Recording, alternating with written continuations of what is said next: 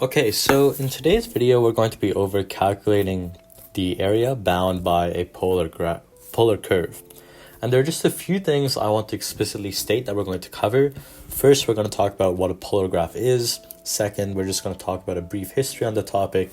And third, we're going to go over a fairly intuitive explanation of how finding this area works. So by the end, it should become pretty clear regardless of how comfortable you are with polar graphs in general. Okay, first let's talk about what a polar curve is. So I'm just going to set up a graph. Oh, forgive me. I'm just going to set up a graph right here. Okay. Now, a polar curve is in essence just a parametric equation. We're going to define it as r being equal to some function of theta. So here's how it's going to take place. We're going to center ourselves at the origin right here.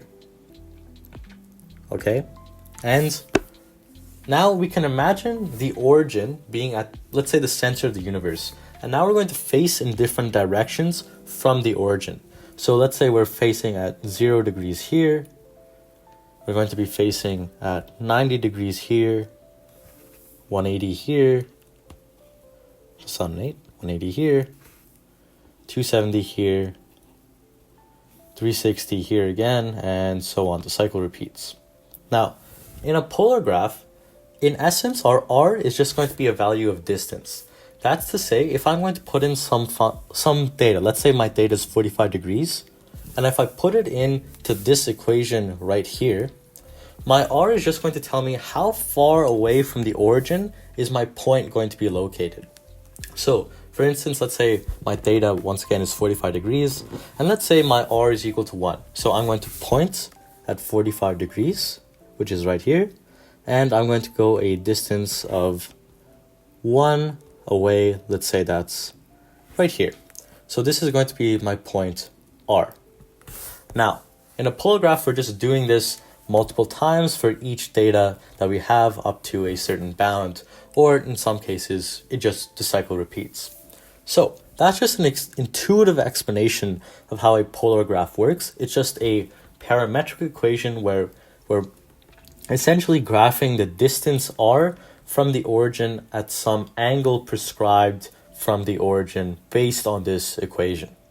Okay, now that we have a fairly good understanding, let me just go ahead and erase all this.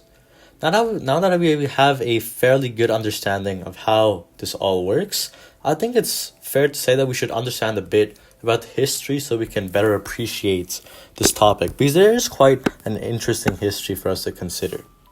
So I just want to bring up a few things. The first thing I want to bring up with respect to this is that polar graphs have pretty ancient origins.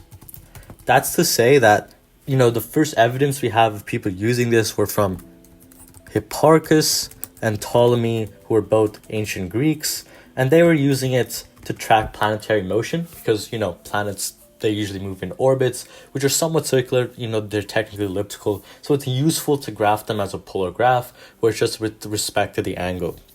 Now, eventually some more modern scientists, some names you should be familiar with, started using them, like Newton, like Pascal, and like Jacob Bernoulli.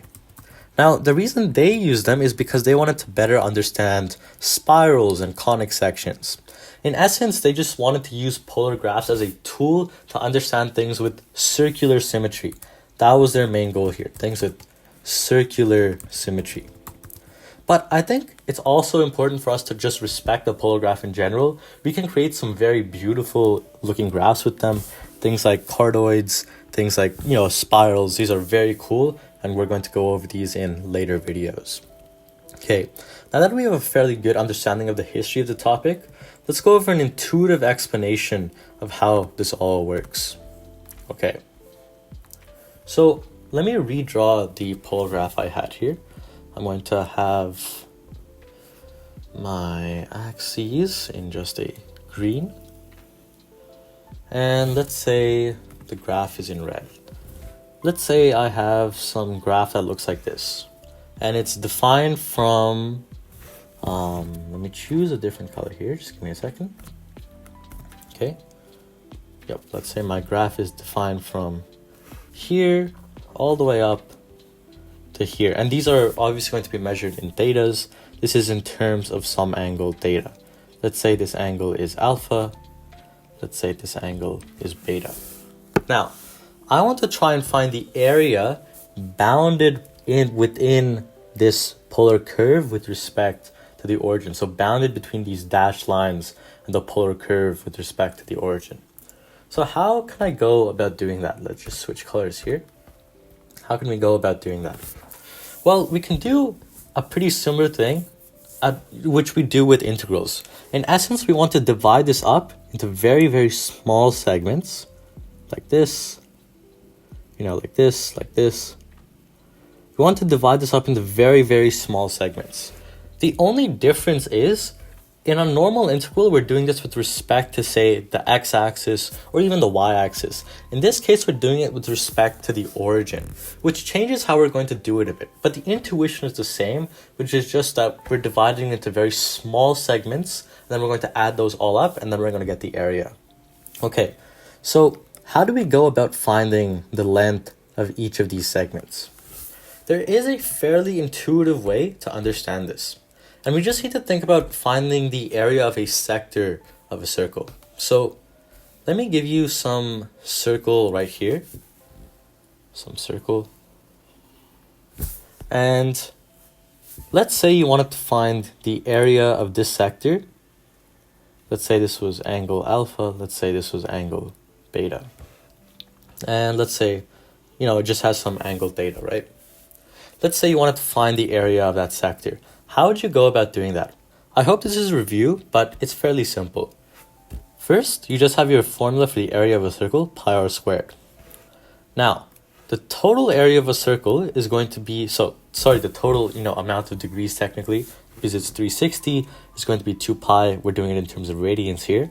Now, because we just want to find this individual segment theta, we're going to have 2 pi divide the segment theta to give us a proportion, of the circle that we have here. Now, this is going to, in essence, fairly simply by, some crossing out, give us 1/2 r squared theta. Now, you might be saying this is useful, but I can't really integrate with this. I usually integrate with, dx, dy, something where we take a very small amount and then we sum them all up. So what is this small amount we're summing up here? That's a good question, because in this case, it's not that straightforward. You might think it's r, but we're not summing up with respect to r, because r isn't the variable that's changing. We're changing the amount d theta that's between these distances right here. We want these distances to become very, very small, and to do that, we need to change the angle between them. We want this to become very, very small. Which means, for our equation, or at least for our integral, we're going to have it set up such that we solve for 1/2 r squared d theta. 1/2 r squared d theta. And I just forgot to mention here, but we're defining this graph here in terms of r, where r is going to be equal to some function of theta. I wrote it up here, I just forgot to write it down here again. Okay, hopefully that should be clear. And now if we're going to put this all into a final integral form, let's just set it up as, I'm going to choose this color because it's pretty nice. We're going to get area equals the integral from, let's check what our bounds were. Okay, from alpha to beta. Alpha, beta. And now we can just put in that equation we found. 1/2 r squared d theta. And we're done. In the next video, we're just going to go over a few quick examples so we have a better understanding. Okay, see you in the next one.